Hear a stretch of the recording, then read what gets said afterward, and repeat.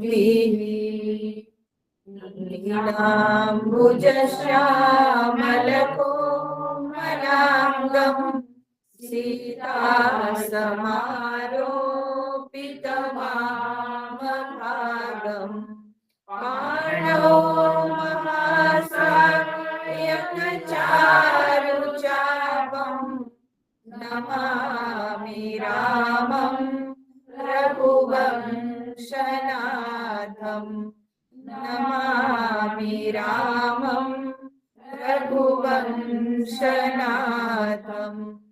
अतुलितबलधामम् हेमशैलाभदेहम् धनुजवनकृशानुम् ज्ञानिनामग्रगण्यम् सकलगुणनिधानम् वानराणामधीशम् रघुपतिप्रियभक्तम् वातजातं नमामि रघुपतिप्रियभक्तम् वातजातं नमामि।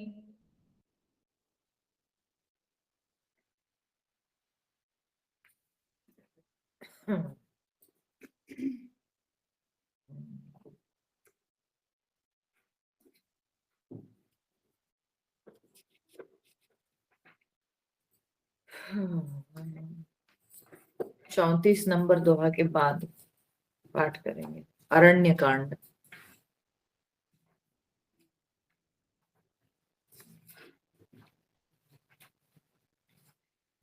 पानी जोरी आगे बैठाड़ी प्रभु ही बिलो की प्रीति अति बाड़ी यही विधि स्तुति करऊं तुम्हारी अधम जाति मैं जड़मति भारी अधमते अधम अधमति नारी तीन मह में मति मंद अधारी कह रघुपति सुनु भामिनी बाता मानव एक भगति करनाता जाति पाति कुल धर्म बढ़ाई धन बल परिजन गुण चतुराई भगति हीन नर सोई कैसा बिनु जल बारिद देखिय जैसा नवधा भगति कहूँ तोहि पाई सावधान सुनु धरु मन माही प्रथम भगति संतन कर संगा दूसरी रति मम कथा प्रसंगा गुरुपद पंकज सेवा तीसरी भगति अमान चौथी भगति मम गुण गण करई कपट तजिगान। तो हम लोग अब तक देखे भगवान राम जी जब आके पहुंचते हैं पंचवटी में अपने कुटिया में, जो कि सुवर्ण मृग के पीछे भगवान भागते हुए बहुत दूर चले गए थे लक्ष्मण जी को छोड़कर, परंतु कुछ समय के पश्चात हाँ लक्ष्मण ऐसे जब सुनाई पड़ता है सीता जी को, तो सीता जी को लगता है कि जरूर राम जी के साथ कुछ अघटन घटा है। तब वो बलपूर्वक लक्ष्मण जी को भेजती है। यद्यपि लक्ष्मण जी की इच्छा नहीं है, अनिच्छा के साथ लक्ष्मण जी जाते हैं सीता जी को अकेले छोड़कर। और यही समय में रावण आकर के सीता जी का हरण कर लेता है और सीता जी की रक्षा के लिए जटायु बहुत कोशिश करते हैं, परंतु जटायु के पंखों को काट देता है रावण। और जटायु पड़े हुए हैं बिना पंख के, भूमि पर गिरे पड़े हैं। राम जी जब आके देखते हैं कि सीता जी आश्रम में नहीं है, लक्ष्मण जी और राम जी दोनों सीता जी को खोजने निकलते हैं। और यही खोजने के क्रम में वे जटायु को देखते हैं। जटायु का उद्धार होता है भगवान के गोद में, और भगवान के प्रेम जटायु जी को प्राप्त होता है। उसके पश्चात भगवान आके पहुंचे हैं मां शबरी के आश्रम में। और शबरी के आश्रम में जब पहुंचे हैं, शबरी जो कि ना तो उनके अंदर कोई जातिगत, उनको कुछ उनके पास माने जातिगत श्रेय उनके पास नहीं था, संस्कारगत भी श्रेय कुछ नहीं था, फिर भी केवल भक्ति के कारण वो भगवान को प्रिय हुई। जन्म से तो उनको बड़ा जो है अधम कुल में उनका जन्म हुआ, शबरी जात, शबरी थी वो। और ये शबर जात जो है ये वनवासी होते हैं, वन में रहने वाले लोग होते हैं।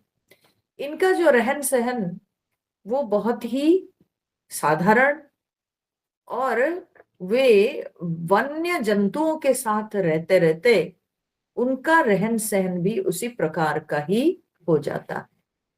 तो इसीलिए उनके रहन सहन में कोई शुद्धि नहीं दिखती है।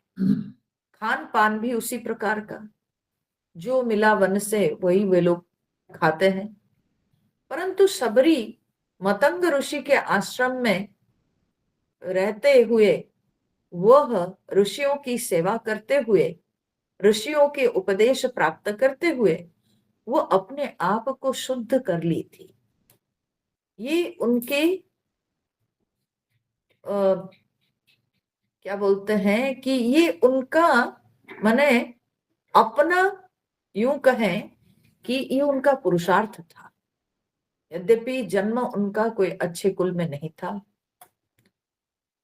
या उनको घर परिवार से कुछ ऐसा संस्कार मिला नहीं होगा, उनके विषय में तो वर्णन नहीं है, लेकिन केवल मात्र यही कि वो शबरी थी, यह सुनकर के हम अनुमान लगा सकते हैं कि उनको अपने परिवार से भी कोई विशेष, कोई बहुत बढ़िया संस्कार नहीं मिला होगा।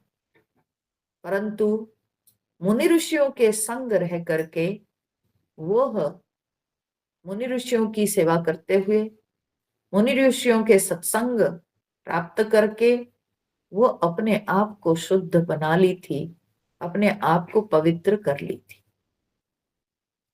मतंग ऋषि के निर्देशानुसार वहीं पर उसी आश्रम में ही वह समय बिताई। ऋषि लोग तो चले गए, परंतु वह भगवान राम जी की अपेक्षा में राम जी को वो जो है वहीं पर प्रतीक्षा, राम जी की प्रतीक्षा करती रही, और उन्हीं की प्रतीक्षा में वो अपनी पूरी जिंदगी बिता ली। अब वो अपने जीवन के जो है अंतिम पड़ाव में पहुंच चुकी थी, और शबरी माता नित्य प्रतिदिन भगवान की प्रतीक्षा करते हुए आश्रम की सफाई करती थी। बहुत सुंदर सुंदर फल मूल सब ला करके रखती थी, बहुत सुंदर फूल सब ला के चुन चुन करके रखती थी, आसन सजा के रखती थी कि प्रभु आएंगे तो उनको खड़ा होना नहीं पड़ेगा, मेरे प्रभु को बैठने के लिए तुरंत स्थान मिल जाएगा। इसलिए वो अपने नित्य परिचर्या में यही सब कर्मों को अपना ली थी, भगवान के लिए ही वो सब कुछ करती थी। आश्रम की लिपाई पुताई से लेकर, फूल संग्रह करने से लेकर, फल संग्रह करने से लेकर, भगवान के आसन सजाने तक और भगवान के चिंतन करने तक, वो बस यही उनकी नित्य कर्म ही था। तो इस तरह से करते करते वो जीवन के अंतिम पड़ाव में पहुंच चुकी थी। अब भगवान माँ सीता जी की खोज करते करते यही रास्ते से गुजरे, तो अभी शबरी माता के आश्रम में भगवान पहुंचे हैं। और पहले तो शबरी माता भगवान को देख करके कुछ बोल नहीं पाती है, कुछ स्तुति नहीं कर पाती है, क्योंकि उस तरह के उनकी शिक्षा रही नहीं। उनको कोई ऐसे शुद्ध शब्द नहीं सिखाए हैं, ना उनको कोई ऐसे मंत्र दिए हैं कि भगवान के कैसे हम मंत्रों के द्वारा स्तुति कर सकते हैं, ऐसे कोई सिखाए नहीं। कुछ दिनों का सत्संग उनको प्राप्त हुआ था जब वो बहुत ही कम वयस में थी, परंतु उनकी शिक्षा कोई उस तरह से नहीं हुई थी कि कैसे कैसे भगवान के पूजन करना चाहिए, अर्चन करना चाहिए, भगवान की स्तुति करनी चाहिए। ये सब शिक्षा उनको प्राप्त नहीं हुई थी। तो इसीलिए भगवान को वो तो देखती रह गई, उनके मुख से कोई शब्द नहीं निकले, कोई वचन नहीं निकला। कुछ देर के पश्चात वो जो है भगवान को बिठाकर, जब भगवान को सुंदर सुरस, कंद मूल फल सुरस अति, बहुत सुंदर रसयुक्त फल मूल ये सब भगवान को ला करके दी। और भगवान खाते हुए जब उनके बार बार प्रशंसा करने लगे, तब वो भगवान के सामने हाथ जोड़कर खड़ी है और उनके पास शब्द नहीं, वो भगवान को देख रही है। प्रभु ही विलोक की प्रीति अति बाढ़ी, भगवान के मुख को देखते हुए उनके मुख में एक हृदय में बहुत भगवान के प्रति प्रेम उमड़ने लगा। के ही विधि स्तुति करूं तुम्हारी, अधम जाति में जड़मति भारी। तब वो कहती है, मैं किस तरह से आपकी स्तुति करूं, मुझे पता नहीं। क्यों? क्योंकि एक तो मेरे अधम जाति में जन्म, और फिर मेरी मति भी जड़मती। ठीक है, एक तो कुल मेरा खराब है, जो कुल में मैं जन्म लिया हूं, और दूसरा कि उसके ऊपर मुझे जो बुद्धि मिली है वो जड़मती है। ठीक है, मेरी बुद्धि में जड़ता अधिक है, अज्ञान का प्रभाव है, मुझे कोई शिक्षा प्राप्त नहीं हुई है। ठीक है, तो एक जन्म से भी मंद और बुद्धि भी मंद। ठीक है, फिर अधमते अधम अधम अति नारी, उसके ऊपर और क्या, हाँ, अधम से अधम नारी हूं मैं। ठीक है, माने एक तो नारी जन्म, और फिर सब नारियों में मैं सबसे अधम हूं। ठीक है, नारी जन्म ही, वो कहती है कि एक तो नारी जन्म जो है वो बड़ा उनकी दृष्टि में कि अधम है। ठीक है, और उसके ऊपर मैं नारियों में सबसे अधम नारी हूं। हाँ, मैं सबसे निकृष्ट नारी हूं, जिसको कोई शिक्षा दीक्षा कुछ नहीं। तो इस तरह से वो भगवान के समक्ष अपनी दुर्बलता को व्यक्त कर रही है और कहती है, इसलिए मैं किस तरह से आपकी स्तुति करूं, मुझे पता नहीं, मुझे मालूम नहीं मैं कैसी आपकी स्तुति करूं। तो फिर कहती है कि तीन मह में मति मंद अघारी, हे अघारी, इसके चलते जो है बोलती है कि मेरी बुद्धि जो है वो बड़ी मंद बुद्धि है। तो आप तो अघारी हैं, ये जो मेरे से पाप हो रहा है, मैं आपकी स्तुति नहीं कर पा रही हूं, मैं आपकी ठीक, हम भगवान की स्तुति करें। कोई जरूरी नहीं कि हम सुंदर शब्दों से सजाकर बहुत सुंदर पद रचना करके भगवान की स्तुति करें। भगवान की स्तुति एक शब्द से भी हो सकती है। ठीक है, परंतु भाव होना चाहिए। ठीक है, शब्द कम होना चाहिए, बल्कि भाव अधिक होना चाहिए। ठीक है, भाव गंभीर होना चाहिए। तो भाव गंभीर हो तो शब्द भले कम हो, भगवान समझ जाते हैं। तो इसीलिए शबरी जो है ये इस एक शब्द के साथ इस एक शब्द के द्वारा वो भगवान की स्तुति कर ली, ठीक है, अघारी भगवान को संबोधन की है। कह रघुपति सुनो भामिनी बाता, जब वो इस तरह से भगवान को बोली है कि आप तो पाप नाशक हो, और मेरी जो ये मंदमति और जो मेरा जन्म अधम जन्म और ये जो अधम शरीर, ये जो मुझे सब प्रकार के बंधन प्राप्त हुआ है, जिसके चलते मैं आपकी स्तुति नहीं कर पा रही हूं, तो आप मेरे अपराध को क्षमा करें, और जो पाप के कारण आज मैं ये बंधन में पड़ी हुई हूं, उस पाप को आप दूर करेंगे, ये मेरा विश्वास है। तो इसी भाव के साथ जब वो ये शब्द का उच्चारण की, तुरंत भगवान उसके फलस्वरूप उसको उपदेश देते हैं। अब यहाँ पर जो उपदेश भगवान देते हैं, ये नवधा भक्ति के रूप से प्रसिद्ध है, ठीक है। अब लक्ष्मण जी को भी भगवान बोले थे कि लक्ष्मण, नवधा भक्ति को दृढ़ करना है, ठीक है। कैसे ना, श्रवण आदि का, श्रवण आदि जो नवधा भक्ति है उसको दृढ़ करना चाहिए।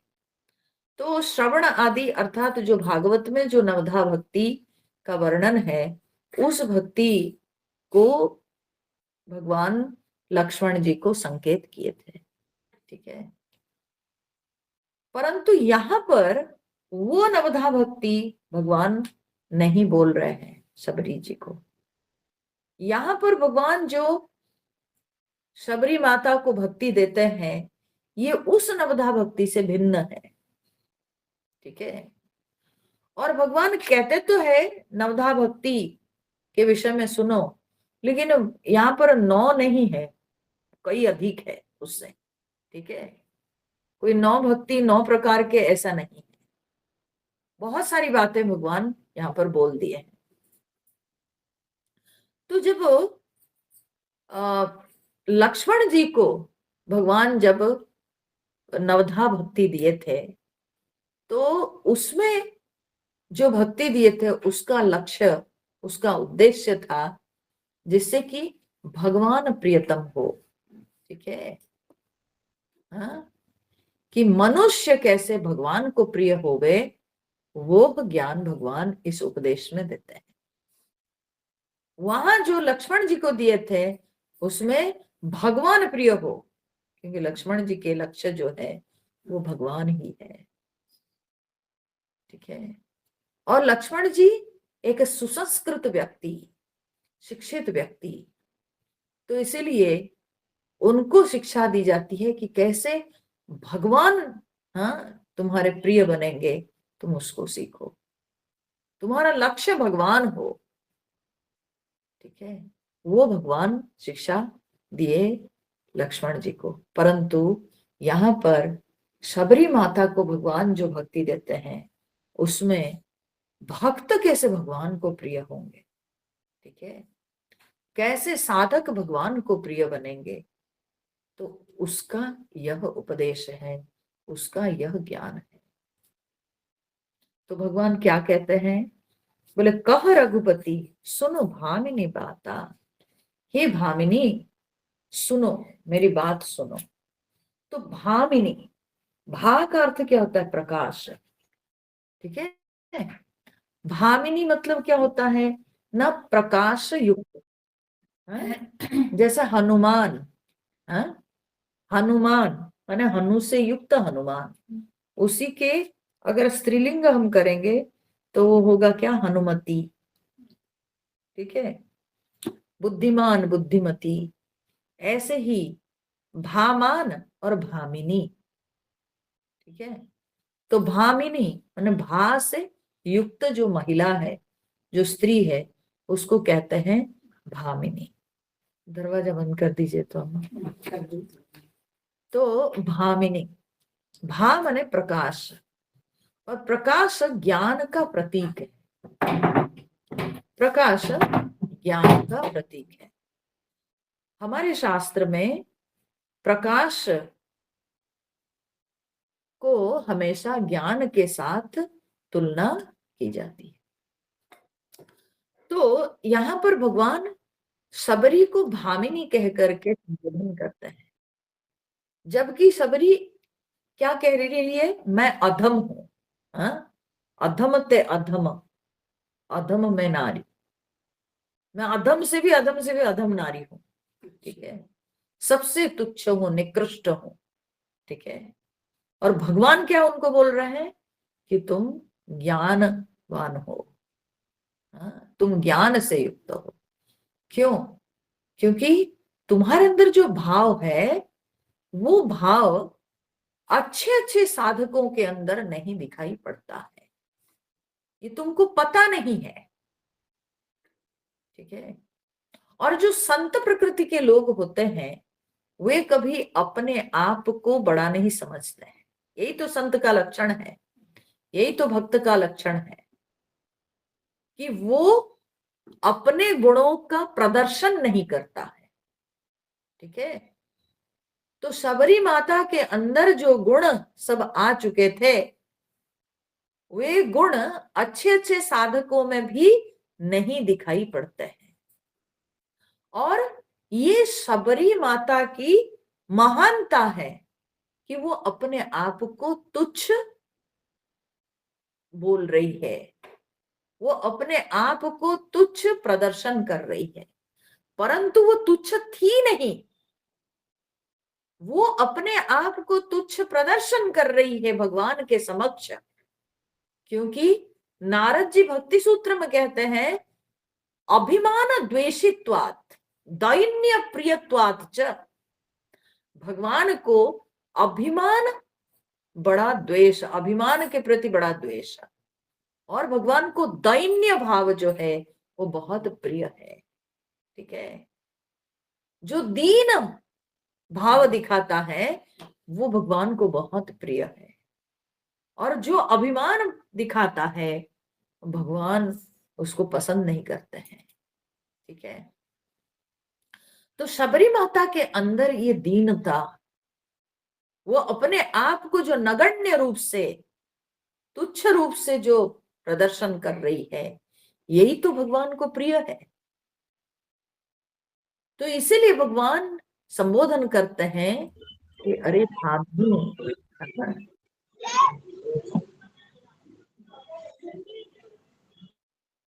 तो भगवान इसीलिए कहते हैं कि अरे भामिनी, अर्थात तुम तो ज्ञानवती हो। कैसे तुम अपने आप को कहती हो कि तुम अधम हो? तुम तो ज्ञानवती हो, तुमको तो सब पता है। हा? तुमको सब पता है, जो भक्ति में चाहिए वो सब तुम्हारे अंदर है, परंतु तुम्हारी संतुष्टि के लिए मैं तुमको कुछ जो है उपदेश देता हूं, मैं तुमको जो है कुछ सुनाता हूं, तुम सुनो। परंतु इनमें बहुत सारी चीजें तुम्हारे अंदर आ चुके हैं। ठीक है, बहुत सारे गुण तुम्हारे अंदर आ चुके हैं, परंतु फिर भी तुम मेरे मुख से सुन लेने से तुमको तसल्ली हो जाएगी। ठीक है, तो इसलिए मैं तुमको बताता हूं, तुम सुनो। ये है 9 प्रकार की भक्ति, और ये 9 प्रकार की भक्ति नहीं, ये भक्ति के मैं पिछले सत्संग में भी बताई थी, ये भक्ति के क्रम है। ठीक है, ये भक्ति के प्रकार नहीं है, भक्ति के जो विकास क्रम। ठीक है, जैसे हम भक्ति की शुरुआत कैसे भक्ति होवे, तो प्रारंभिक स्तर में हमको क्या करना है, तो धीरे धीरे जब भक्ति का विकास होता है तो भक्ति का ये विकास का क्रम है, ये भक्ति का प्रकार नहीं है। बिल्कुल भक्ति तो एक ही है। ठीक है, भगवान को जो है क्या बोलते हैं, फूल अर्पण करना वो भक्ति है, वो प्रेम का एक जो है अभिव्यक्ति, प्रेम की अभिव्यक्ति है। भगवान का गुणगान करना भी प्रेम की अभिव्यक्ति है। ठीक है, वही प्रेम ही है, हृदय में वही एक प्रेम ही है। वही प्रेम से हम भगवान के ऊपर फूल चढ़ाते हैं या हम भगवान के गुणगान करते हैं, भगवान के कथा श्रवण करते हैं, है तो वो वही भक्ति, परंतु उस भक्ति के विकास का क्रम है, अर्थात भक्ति गहरी से गहरी होती जाती है। तो ये भक्ति के जो भाव है वो और दृढ़ से दृढ़तर होती जाती है। तो ये जो विकास का क्रम है वही भगवान नवधा भक्ति कहते हैं। ठीक है, मानव एक भगति कर नाता, भगवान ने कहा कि मेरा तो एक ही रिश्ता नाता है, वो है भक्ति का नाता। ठीक है, तो लोगों के पास बहुत कुछ हो सकता है, जाति पाति कुल धर्म बड़ाई धन बल परिजन गुण चतुराई। हाँ, जाति का पाति का माने पंक्ति, हाँ, एक पंक्ति में बैठ सकते, होता है ना गांव सब में ये सब देखा जाता है, भाई ये हमारे जात बिरादरी के हैं, हमारे पंक्ति में बैठ सकते हैं, है ना। अब ब्राह्मण पंक्ति में अगर दूसरा कोई आ गया, अरे बाप रे बाप, हाँ, उसको तो हाथ पकड़ के उठा के फेंक देंगे लोग, है ना। तो ये सब जो है ना, ये नियम सब समाज में देखने को मिलता है, तो ये सब सामाजिक नियम है। ठीक है, तो भगवान कहते हैं जाति पाति कुल धर्म बड़ाई, हाँ, बड़ाई मतलब क्या होता है कि भाई किसी का यश कीर्ति, है ना। तो आप देखो सेम नेम फेम के लोग भी एक साथ घूमते हैं, है ना, उनका एक अलग ग्रुप होता है, गोष्ठी होती है। हाँ? आप देखो शहर में जो मान लो कि आईएएस आईपीएस होंगे ना, उनका अलग ग्रुप होगा, वो दूसरों के साथ, उनका सर्कल अपना अलग है, वे दूसरों के साथ नहीं बैठ सकते हैं। ठीक है, अब डॉक्टर से तो उनका सर्कल अलग है, ठीक है, लॉयर से तो उनके सर्कल अलग है।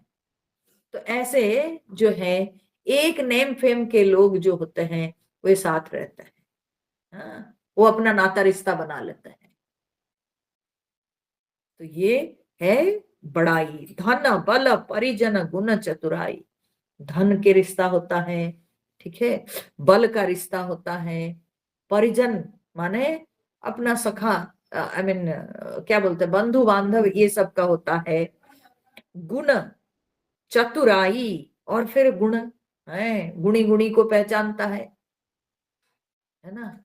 अब कोई किसी के पास मान लो कि कवित्व है, ये गुण हो गया, है ना। एक कवि दूसरे कवि को महत्व देता है और उसके साथ वो अपना संबंध बनाता है, तो गुण। और चतुराई, और चतुराई जो होता है भाई बुद्धि, है ना।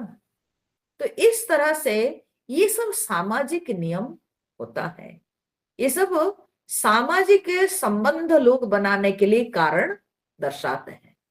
ठीक है, हम एक प्रोफेशन के हैं, हम एक जो है क्या बोलते हैं क्षेत्र के हैं, एक गांव के हैं, ठीक है, एक जाति के हैं। तो इस तरह से लोग विभिन्न कारण दर्शाकर संबंध बनाते हैं। परंतु भगवान क्या कहते हैं, बोले मेरे को ये सब चीजों से कोई मतलब नहीं है। तो भगति ही न नर सो भई कैसा, भगवान कहते हैं परंतु मेरी दृष्टि में भले उसके पास धन हो, बल हो, नाम हो, समाज में उसका सब हो, परंतु अगर उसमें भक्ति नहीं है तो वो भक्तिहीन नर मेरी दृष्टि में वो कैसे, हाँ, दिखता है, कैसे लगता है ना, बिनु जल बारिद देखिए जैसा, जैसे जल के बिना बादल, है ना।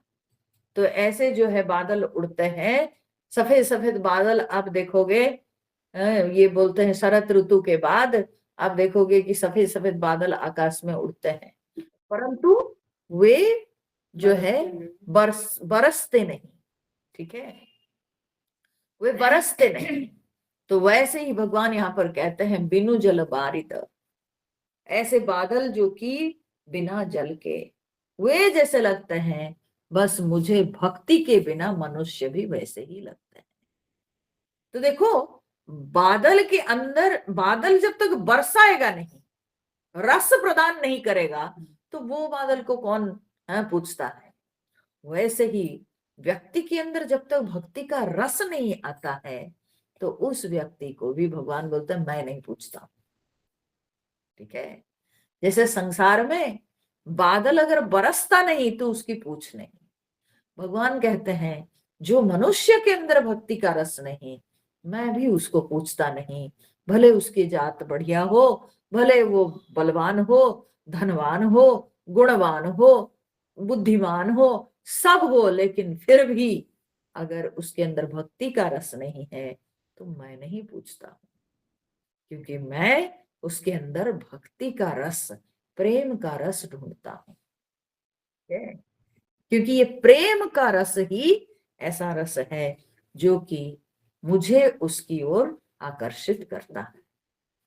तो उसके बिना उस व्यक्ति का मेरी दृष्टि में महत्व नहीं है। तो भगवान कहते हैं नवधा भगति कहो तो ही पाही। तुमको मैं नवधा भक्ति का वर्णन करता हूं। सावधान सुनो धरो मन माही। तो सावधान होकर के, हाँ, ध्यान से सुनो। तो सावधान होकर के और धरु मन माही, मन में जो है धारण करो। सावधान होकर के सुनो और मन में इसको धारण करो। ठीक है, तो श्रवण के ये दो नियम है कि कैसे श्रवण करना है। एक ही कि सावधान होकर के श्रवण करना है। ठीक है, सावधान रहना है बिल्कुल कि कहीं से हम किसी भी प्रकार से मेरा मन फिसल ना जाए, इधर उधर वो ना हो। बिल्कुल सावधान होकर के हम श्रवण करें। अन्य बातों का जब हम श्रवण करते हैं हम उस पर महत्व ना दें, सावधान होकर श्रवण करें। और जिन बातों को श्रवण कर रहे हैं उन सबको हम मन में धारण करें। ठीक है, उसको मन में धारण करें। अगर व्यक्ति सावधान माने अलर्ट होकर के अगर सुनता है तो निश्चित रूप से वो जिस विषय को श्रवण करता है वो उसके हृदय में प्रवेश करेगा। अगर शुरुआत में सावधानी नहीं रहेगी तब फिर वो अंदर हृदय में प्रवेश नहीं करेगा। ठीक है, इसीलिए बहुत अलर्ट होकर के सुनना चाहिए। और अलर्ट मतलब क्या होता है? अलर्ट का मतलब होता है कि वक्ता किस दिशा में जा रहा है। ठीक है, जो श्रोता है उसके अंदर इतनी सूक्ष्मता होनी चाहिए कि वो वक्ता के साथ साथ चल पाए और वक्ता किस दिशा में मुड़ रहा है ये उसको समझ में आना चाहिए। ठीक है, ये उसको समझ में आना चाहिए। इसी को कहते हैं सावधानी। इतने अलर्ट होके हम सुने कि जिस जिस डायरेक्शन में वक्ता जा रहा है उस डायरेक्शन में श्रोता के मन भी गति करना चाहिए।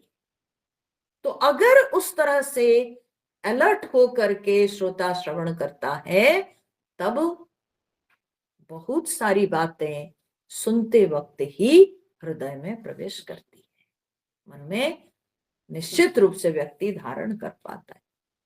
अगर सावधानी नहीं रहती है, मन अगर इधर उधर भटकता है और हम बैठ तो गए हैं सत्संग में परंतु वक्ता एक तरफ जा रहा है और मैं कोई दूसरे तरफ, ठीक है, मेरा मन कहीं और भागा हुआ है, तब उस परिस्थिति में वक्ता कह के आगे बढ़ जाएगा और हम पकड़ नहीं पाएंगे विषय कहां से कहां चला गया।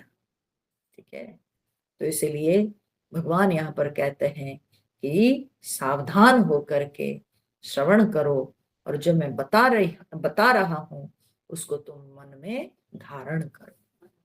ठीक है, तो मन में उसको धारण करो, क्योंकि मैं तो बोल के चला जाऊंगा और अभी तुम अकेली रह करके उसी को ही मनन करोगी। ठीक है, और वही तुम्हारे मुक्ति का पथ प्रशस्त करेगा। तो इसलिए ध्यान से श्रवण करो और उसको मन में धारण कर रखो। तो क्या है प्रभु अब शुरू किए, प्रथम भगति संतन कर संगा, दूसरी रति मम कथा प्रसंगा। तो जो पहली भक्ति है या भक्ति की जो विकास के क्रम में जो पहला सोपान है वो क्या है ना, संतन कर संगा, संतों के संग, ठीक है, संतों का संग, ठीक है। तो बोले कि पहली भक्ति जो है वो है कि संतों के संग करना। देखिए एक बात याद रखो, हम लोगों की स्थिति क्या होती है, हम लोग पूजा करते हैं घर में, हाँ जैसे आया हमको जैसे पता है हम पूजा कर लिए, हम कुछ कुछ जो है शास्त्र पढ़ लिए, कुछ कर लिए और करके फिर जाके दुनिया में वही कलह, वही छल, वही कपट, वही सब, हाँ दुनिया भर के क्या बोलते हैं नकारात्मक प्रवृत्तियों में फिर लिप्त हो जाते हैं, ठीक है। तो जितना हम लोग किए साधना, फिर जाकर के वही सब नकारात्मक प्रवृत्तियों में लिप्त हो करके फिर अपने आप को मैला कर लेते हैं। भागवत में जो है परीक्षित जी एक प्रश्न उठाते हैं, बोलते हैं कि व्यक्ति बार बार प्रायश्चित करता है, परंतु उसका ये प्रायश्चित कैसा होता है ना, गज स्नान के समान। गज स्नान माने क्या होता है, हाथी जो है वो स्नान करता है जाके जल में, ठीक है, हाथी जल में स्नान करता है, परंतु स्नान करके जब ऊपर उठ के आता है फिर अपने शरीर को सुखाने के लिए वो बालू सूंड में ले करके बालू को फिर अपने ऊपर छिड़काता है, ठीक है। अपने शरीर जो भींगा हुआ है उस पानी को सुखाने के लिए उसका तरीका क्या है ना, सूंड में बालू उठा करके और फिर अपने शरीर पर छिड़काता है, तो फिर शरीर गंदा हो गया ना, ठीक है। जो पानी से इतना स्नान किया था अब फिर बालू शरीर पर छिड़का करके वो शरीर को फिर गंदा कर दिया। तो ये हम लोगों का इस तरह से जो है प्रायश्चित होता है। हम रोज प्रार्थना कर लेते हैं थोड़ी देर के लिए, फिर आके वही छल कपट अभिमान, हाँ इसी में लिप्त हो जाते हैं। तो क्या हुआ ना, वो गज स्नान के समान हमारा कर्म होता है, ठीक है। तो इसलिए सच्चा प्रायश्चित किसको कहेंगे, प्रायश्चित ये नहीं कि ये कर्म सब हम कर लिए, कभी मन हुआ संकल्प कर लिए कि मैं हाँ 21 बार जाप करूंगा या मैं 108 जो है माला जाप करूंगा, या क्या क्या हम संकल्प ले लेते हैं, वो कोई प्रायश्चित नहीं होता है। वो 4 दिन की चांदनी फिर अंधेरी रात, ठीक है। अभी नवरात्रि आएगी, सबको नशा चढ़ेगा ना, है ना, सबको नशा चढ़ेगा, कोई भला भी करेगा, हाँ है ना।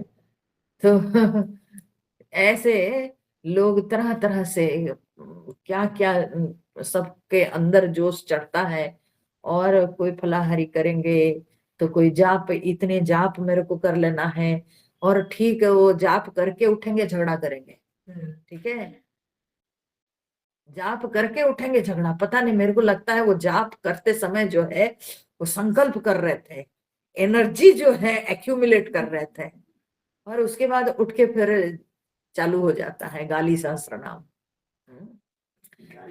तो इस तरह से करके क्या फायदा, ठीक है।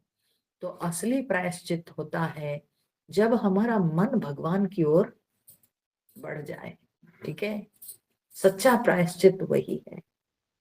और वो कैसे होगा, उसका तरीका है जब हम संतों के संग बैठेंगे, बड़े आसानी से, बहुत ही सरल रूप से हमारा मन भगवान के पास लग जाता है, भगवान के पास जाता है, हमको पता भी नहीं चलता है। क्योंकि संत महात्मा ऐसे होते हैं कि उनका चरित्र पवित्र होता है, उनका कर्म पवित्र होता है, उनकी व्यवहार में शुद्धता दिखती है, उनकी वाणी में कोमलता दिखती है। तो हर प्रकार से वे हमारे मन को आकर्षित करते हैं। ठीक है, अपने कर्म से, व्यवहार से, वाणी से, विचार से, उपदेश से, हर प्रकार से वे हमारे मन को बांध देते हैं। तो इसलिए संतों के संग बहुत सहज रूप से भगवान के साथ जो है मन लग जाता है। इसीलिए कहा जाता है कि संतों का संग हमेशा करना चाहिए, संतों के संग में रहना चाहिए। संतों के संग में रहेंगे तो जीवन में बहुत आध्यात्मिक मार्ग में बहुत तीव्र गति से प्रगति होती है। तो इसलिए भगवान कहते हैं कि प्रथम भगति संतन कर संगा, पहली भक्ति जो है वो संतों के संग करना चाहिए। और देखो हम जैसे जिस तरह के संग में रहेंगे हमको उसी तरह का विचार मिलेगा। ठीक है, आप शराबी के साथ बैठोगे, शराबी आपको क्या बोलेगा? शराब के डिस्क्रिप्शन देगा, है ना, क्या क्या ब्रांड के शराब है, क्या क्या कलर के पानी होते हैं, तो आपको हाँ कौन फ्रूट के बने हैं, किस फ्रूट के कौन है, सब तो वो सब ब्रांड नेम से लेकर के, इंग्रेडिएंट से लेकर के वो सब यही सब ना बताएगा वो। ठीक है ना, जुआड़ी के पास हम बैठेंगे तो हमको वो क्या करेगा ना, जुआ के बारे में सिखाएगा, है ना, वही सब शिक्षा देगा। तो इस तरह से हम जिस प्रकार के व्यक्ति के संग में रहेंगे हमको उसी प्रकार के विचार प्राप्त होगा। तो अगर संतों के संग रहेंगे तो संत लोग हमको क्या बताएंगे? केवल भगवान के बारे में ही बताएंगे, केवल ईश्वर के विषय में ही चिंतन होगा, चर्चा होगी। तो इसीलिए संतों के संग रहना चाहिए, क्योंकि संतों के संग करने से हमारी तीव्र बढ़ोतरी होती है इस आध्यात्मिक मार्ग में। इसलिए भगवान कहते हैं भक्ति का पहला सोपान है संतों का संग। ठीक है, महात्माओं के संग, और ये बहुत दुर्लभ बात है, मैं बता रही हूं। ठीक है, बहुत दुर्लभ बात है। जीवन में ऐसे संत महापुरुष मिल जाना भी ये भी बहुत भाग्य की बात है। लोगों के घर के बगल में ऐसे संत महात्मा लोग आते हैं, लेकिन लोग घर से निकलकर उनका दर्शन नहीं कर पाते हैं, निकल नहीं पाते हैं। सुनते हैं 10 लोग बोलते हैं अरे शहर में जो है वो संत आए हैं, महात्मा आए हैं। अच्छा ठीक है, हम निकल नहीं पाते हैं, हम दर्शन नहीं कर पाते हैं। ठीक है, तो इस मामले में मैं तो मेरी माता जी को धन्यवाद दूंगी, जिन्होंने मेरे को बचपन से ही संत महात्माओं के सत्संग में जाने की अनुमति देती थी, कभी रोकती नहीं थी। बहुत सारे संत महात्माओं का दर्शन, मैं कहूंगी ये तो उन्हीं का आशीर्वाद, मेरी माता जी के ये जो है ना सदिच्छा के कारण हमको इतने सारे संतों का दर्शन मिला। स्वामी चिन्मयानंद जी का दर्शन भी प्राप्त हुआ, चिदानंद जी महाराज जी का दर्शन भी मुझे प्राप्त हुआ जब मैं घर में थी तब से। और मेरी माता जी कभी हमको ऐसे ये सब सत्संग में जाने के लिए कभी रोकती नहीं थी, जाने देती थी, जाओ संतों का दर्शन कर लो, एक बार करके आ जाओ। ठीक है, तो इसलिए क्या होता है कि संत महात्माओं की दृष्टि भी पड़ जाए ना तो उसमें भी जीवन पवित्र हो जाता है, जीवन धन्य हो जाता है। उस मौका को कभी गंवाना नहीं चाहिए। ठीक है, तो इसलिए महापुरुषों का संग करना चाहिए। संतन कर संगा, हम लोग फालतू लोगों के साथ बैठकर गप लड़ाकर जो है टाइम बिता देते हैं, और साधु महात्माओं के पास जाने के लिए हमारे पास समय नहीं, गप करने के लिए समय निकालने की जरूरत नहीं, समय निकल जाता है, परंतु सत्संग करने के लिए संत महापुरुषों का दर्शन करने के लिए समय निकलता ही नहीं, समय निकालने की जरूरत होती है, बड़ी कठिन बात होती है। परंतु यहाँ पर भगवान कहते हैं कि देखो ये पहली भक्ति। अब विचार करो, संतन कर संगा, सबरी माता को तो हो चुकी थी कि नहीं, उनको पता नहीं है। ठीक है, ये जितनी भक्ति के बारे में भगवान बताए हैं, इसमें प्राय सभी सबरी माता के अंदर आ चुकी थी। वो तो सत्संग कर चुकी थी, वो तो संतों का संग कर चुकी थी, वो तो संतों की सेवा कर चुकी थी। वही संतों की सेवा का फल ही तो आज भगवान मिले। हाँ? तो संतों के संग का फल क्या होता है? भगवत प्राप्ति, ईश्वर प्राप्ति। तो इसीलिए वो तो कर चुकी थी। भगवान केवल उसकी संतुष्टि के लिए भगवान उनको सुना रहे हैं। ठीक है, और यह कह रहे इसीलिए कि चलो मतंग ऋषि थे, वे शिक्षा दिए थे, तुम सुन रही थी, अभी कोई भी ऋषि आएंगे तो उनके संग करना, उनके उपदेश श्रवण करना, संतों के संग में रहने से तुम्हारी सद्गति होगी। अब वो भगवान के मुख से सुन लेगी तो वो ये नहीं कहेगी कि अरे मेरे गुरु तो मतंग ऋषि थे, मैं दूसरे गुरु से क्यों सुनूं। देखो ये जो संतन शब्द है ना, ये बहुवचनांत शब्द है। ठीक है, बहुत सारे संतों का संग करना है। ऐसा नहीं कि ये मेरे गुरु हुए तो बस मैं उनसे शिक्षा लाभ करूं और हो गया, मुझे दूसरे किसी के पास जाना नहीं। अरे दूसरे किसी के पास जाने से आपके ज्ञान की चोरी हो जाती है क्या? हाँ? आपकी साधना कम हो जाती है क्या? बल्कि साधना और दृढ़ होगी और स्पष्टता आएगी। तो इसलिए भगवान कहते हैं संतों का संग, संत का संग नहीं, संतों का संग। ठीक है, तो संतों का संग यानी जीवन में जितने ऐसे संत महात्मा महापुरुष लोग मिलते हैं, उनके संग को कभी छोड़ना नहीं चाहिए, बल्कि प्राप्त कर लेना चाहिए। ठीक है, तो प्रथम भगति संतन कर संगा, दूसरी रति मम कथा प्रसंगा। भगवान ये पहला सोपान बताने के बाद दूसरा सोपान भक्ति का बताते हैं कि दूसरी भक्ति क्या है? न रति मम कथा प्रसंगा, मेरे कथा प्रसंग में रति, रति माने प्रीति। ठीक है, मेरे कथा प्रसंग में प्रीति।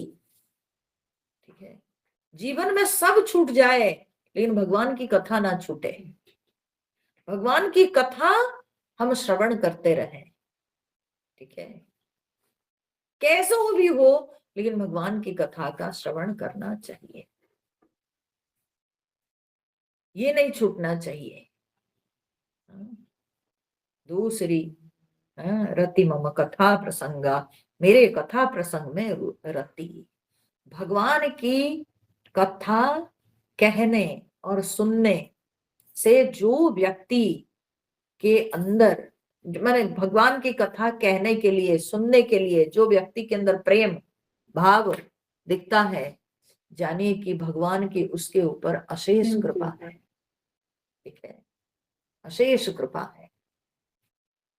स्वतः जो व्यक्ति के अंदर भगवान की कथा सुनने के लिए प्रेम दिखता है, इच्छा दिखाई पड़ती है, और भगवान की कथा करने में भी रुचि, ठीक है, सुनने में भी रुचि और भगवान की कथा करने में भी रुचि। जब हम किसी के साथ बातचीत करते हैं तो भगवान यहाँ पर सुनने केवल नहीं बोलते हैं, बोलते दूसरी रति मम कथा प्रसंगा, मेरी कथा प्रसंग में रति। तो कथा प्रसंग में रति मैंने सुनने में भी और बोलने में भी। ठीक है, इसमें दोनों अर्थ आता है, बोलने में भी रति और कहने में भी प्रीति हो। हम इतने आलतू फालतू बात करते हैं, बल्कि हम भगवान के विषय में चर्चा करें।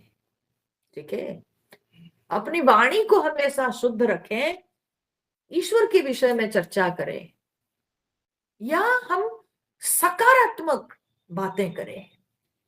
ठीक है, अपने वचन को शुद्ध रखें, और जहां दिखता है कि प्रसंग कुछ और कुछ दूसरा मोड़ ले रहा है, तब अपने आप को चुप मौन कर ले। ठीक है, अगर हमारे कंट्रोल में नहीं, ठीक है, हम ऐसे स्थान पर हैं, मेरे नियंत्रण में अगर नहीं है, तो फिर वहां पर मौन आचरण करना चाहिए। उसमें शामिल ना होकर, उसमें अपना मंतव्य ना देकर, बल्कि मौन आचरण कर लेना चाहिए, चुपचाप मौन वृत्ति। ठीक है, कम से कम हम अपनी वाणी को अशुद्ध ना करें, हम अपने जिह्वा को अपवित्र ना करें, हम मौन आचरण कर लें। ठीक है, ये आर्ट है कि कैसे हम अपने आप को बेकार के जो बातचीत है उससे कैसे हम अपने आप को विड्रॉ करें, उसका ये तरीका है। बस चुप हो जाना है, बोलना नहीं है। ठीक है, नहीं बोलेंगे तो बहुत प्रॉब्लम सॉल्व हो जाएगा। जब हम देखो, आग में घी डालोगे तो अग्नि बढ़ती जाती है। उसी तरह से प्रत्येक व्यक्ति अगर ऐसे नकारात्मक मंतव्य देता रहेगा तो वो डिस्कशन और बढ़ता जाता है। लेकिन अगर हम अपने आप को विड्रॉ कर लेंगे तो वो डिस्कशन अपने आप जो है शांत हो जाएगा।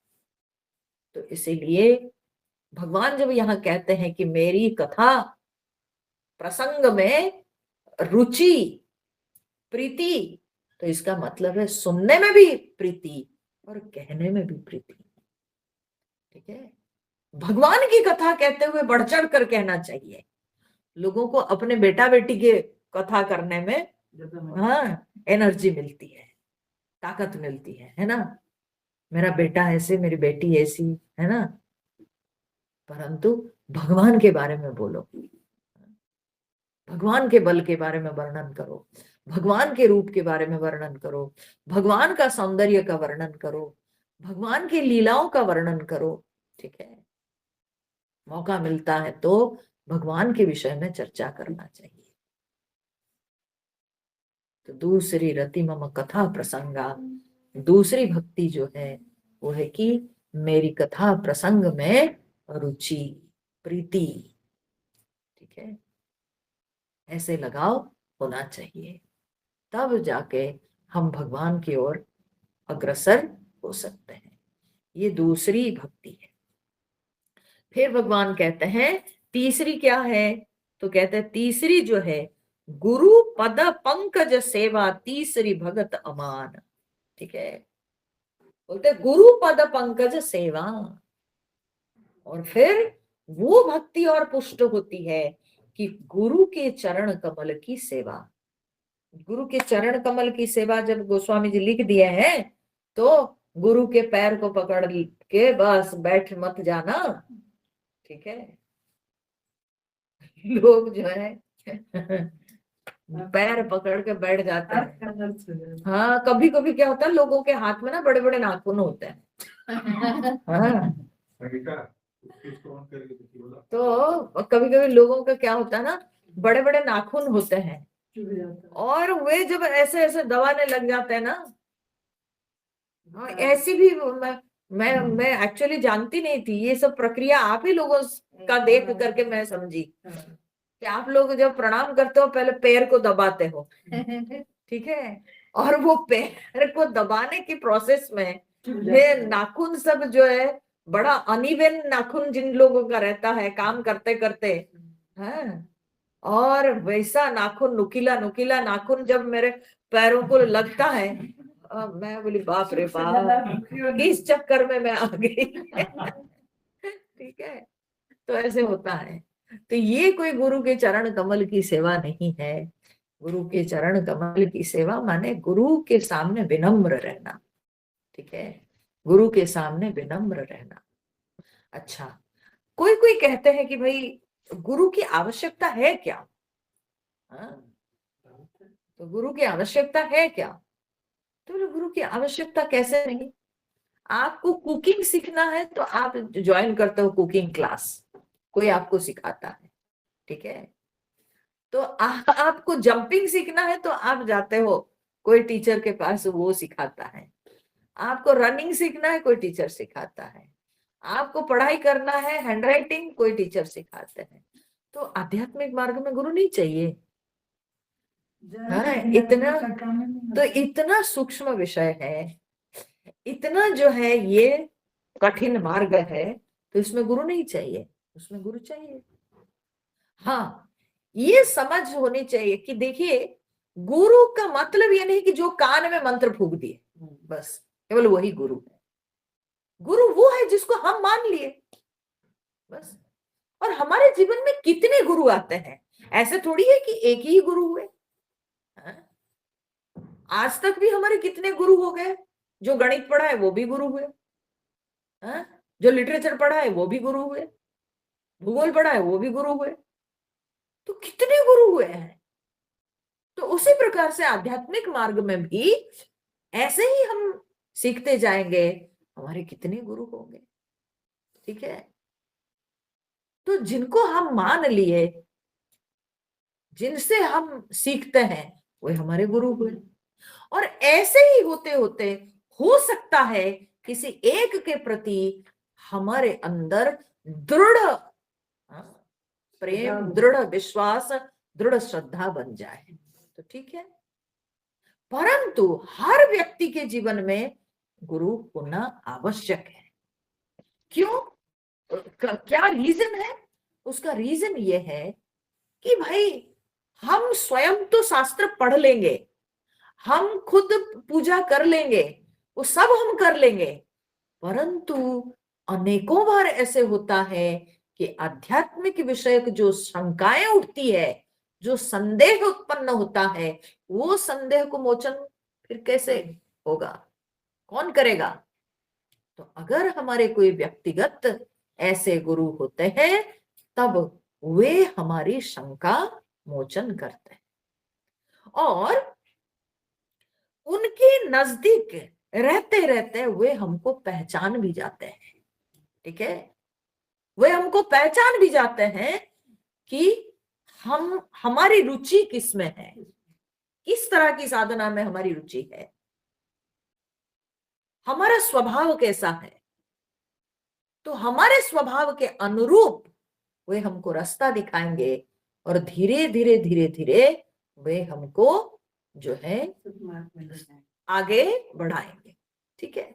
तो इसीलिए क्या होता है कि एक हमारे व्यक्तिगत हमारा गुरु होना आवश्यक है, जिनके सामने हम अपने आप को खोल सकते हैं और जिनके सामने हम अपनी सारी शंका व्यक्त कर सकते हैं और वे हमारी जिज्ञासा की पूर्ति कर सकते हैं। ये बहुत आवश्यक है, क्योंकि हमारे व्यक्तिगत बहुत सारे प्रश्न उठ सकते हैं। हमारे कोई होना तो चाहिए जो हमारे प्रश्नों का समाधान करे, तो इसलिए गुरु की आवश्यकता है। परंतु इसके अलावे भी हम बहुत सारे संत महात्माओं से सीख सकते हैं और वे सब भी गुरु हैं जिनसे हम सीखते हैं अपने दैनंदिन जीवन में। हम ऐसे बहुत विद्वान लोगों से, ज्ञानी लोगों से बहुत सारे शुद्ध विचार, बहुत सारे अच्छे विचार हम प्राप्त करते हैं और सीखते हैं, तो गुरु हुए, ठीक है। तो भगवान यहाँ पर कहते हैं, गुरु पद पंकज सेवा तीसरी भगति अमान। गुरु के चरण कमलों की सेवा करनी चाहिए। और गुरु की सेवा कैसे करें? बोले कि अमान, मान त्याग करके, अभिमान त्याग करके, ठीक है। अभिमान त्याग करके गुरु की सेवा करनी चाहिए, विनम्र होकर गुरु की सेवा करनी चाहिए। हमारे पास क्या है उससे गुरु को क्या फर्क पड़ता है, ठीक है। उससे गुरु को क्या फर्क पड़ता है? हमारे पास धन हो सकता है ना, हम बहुत उच्च पदस्थ कोई अधिकारी हो सकते हैं, परंतु उससे गुरु को क्या फर्क पड़ता है? तो इसलिए गुरु के सामने अपने नाम, यश, धन, दौलत, ये सब का अभिमान नहीं प्रकट करना चाहिए। जब भी गुरु के सामने हम अपने आप को प्रेजेंट करते हैं तो सब हमेशा विनम्र होकर के अपने आप को प्रेजेंट करना चाहिए। विनम्रता बहुत बड़ी चीज है।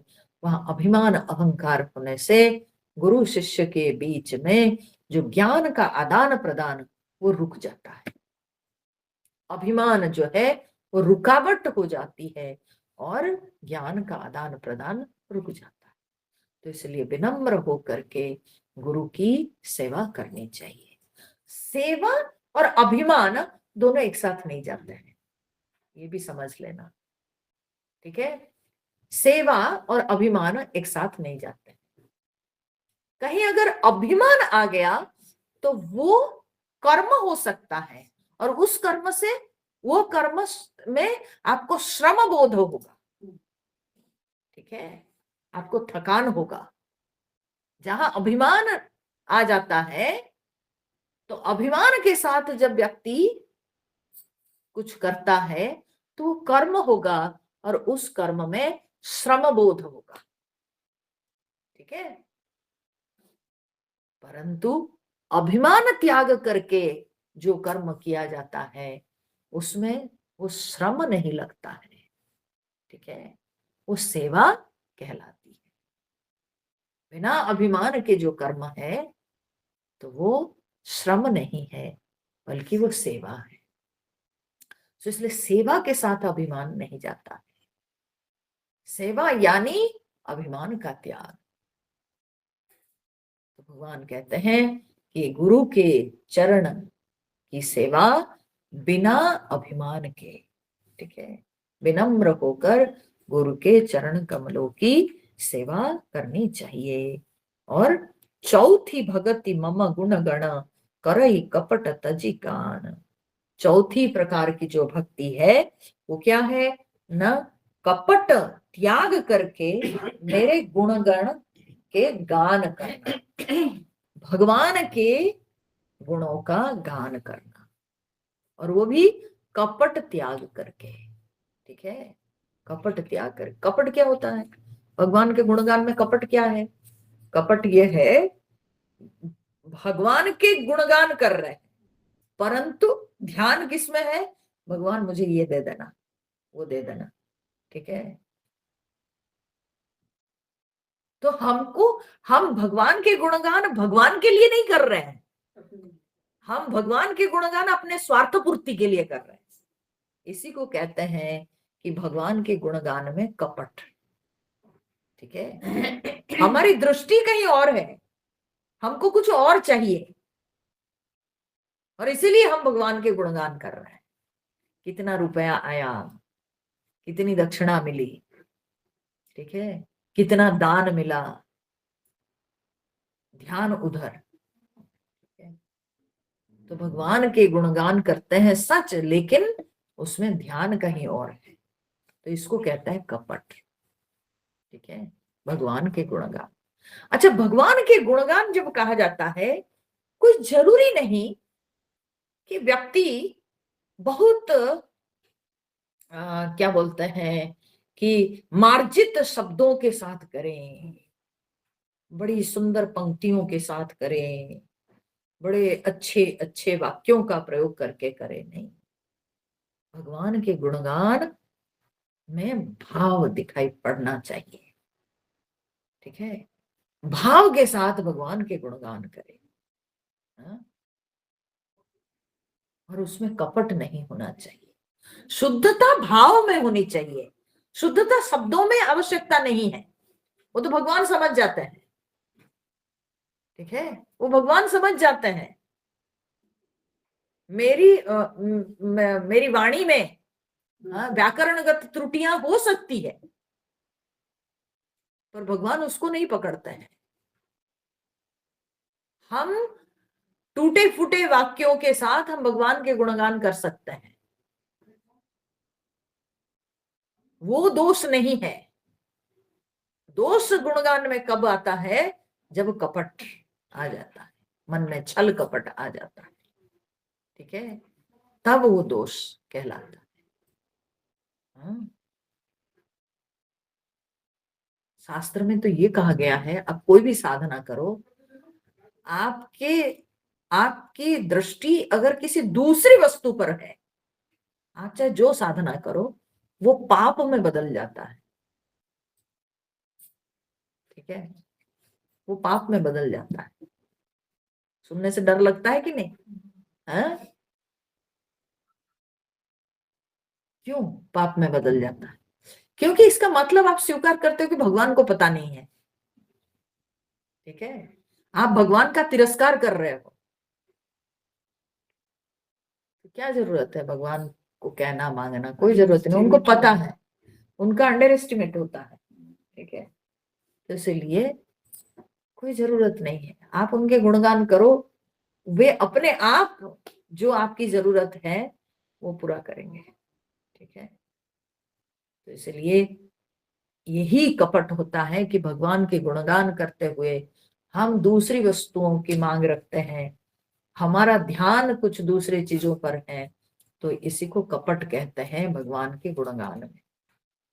और भगवान के गुणगान में क्या बोलते हैं, वचनगत शुद्धि नहीं चाहिए, भगवान के गुणगान में भावगत शुद्धि चाहिए, ठीक है, भावना में शुद्धि होनी चाहिए। वाणी जैसे भी हो, तो भक्त लोग तो भगवान को डांट भी लगा देते हैं, भक्त लोग तो भगवान को डांट भी लगा देते हैं, भगवान को मंजूर है, वो स्वीकार है, परंतु भाव में कपट नहीं होना चाहिए, भाव में शुद्धता भगवान देखना चाहते हैं। तो ये है चौथी भगति, मम गुणगण करई कपट तजिगान। लोग गंगा जी को भागवत सुनाते हैं, हनुमान जी को रामायण सुनाते हैं, अपने मोह भंग के लिए नहीं, ये हुआ कपट। अरे खुद का मोह त्याग, मोह दूर करो ना, है? हम हनुमान जी को सुनाएंगे रामायण, अरे हनुमान जी को क्या, खुद सुनो, ठीक है, हनुमान जी प्रसन्न होंगे, हनुमान जी तो सदा प्रसन्न है, लेकिन अपना मोह दूर होना चाहिए, ठीक है? अपना मोह भंग होना चाहिए। लोग गंगा जी को भागवत सुनाते हैं, गंगा जी प्रसन्न होंगी, पहले अपने आप को शुद्ध तो करो, स्वयं चिंतन करो। कभी कभी क्या होता है ना, ये भाव लेके जब हम करते हैं, कभी कभी क्या होता है कि हम उसमें जुड़ते नहीं, बस हम गाते जाते हैं, गंगा जी को सुना रहे हैं, हनुमान जी को सुना रहे हैं, और हम उसमें घुसते नहीं, बस हम सोचते हैं कि हम केवल जो है वाचक हैं, हम बोल रहे हैं और हनुमान जी सुन रहे हैं, गंगा जी सुन रहे हैं। क्यों? क्योंकि वे खुश होकर के मेरा सब काम कर देंगे। ये गलत बात है, यही कपट है। तो इसलिए अपना मोह भंग होना चाहिए, अपने अंदर के दोष दूर होना चाहिए। तो अपना मल नाश करने के लिए हमको भगवान का गुणगान करना चाहिए, ठीक है। तो कपट त्याग करके भगवान की भक्ति करनी है, ये चौथी भक्ति। फिर आगे देखेंगे पांचवी भक्ति कौन सी है, कल देखेंगे। हरिओम नारायण। ओम पूर्णमदः पूर्णमिदं पूर्णात् पूर्णमुदच्यते पूर्णस्य पूर्णमादाय पूर्णमेवावशिष्यते। ओम शांति शांति शांति। हरि ओम श्री गुरुभ्यो नमः। हरि ओम।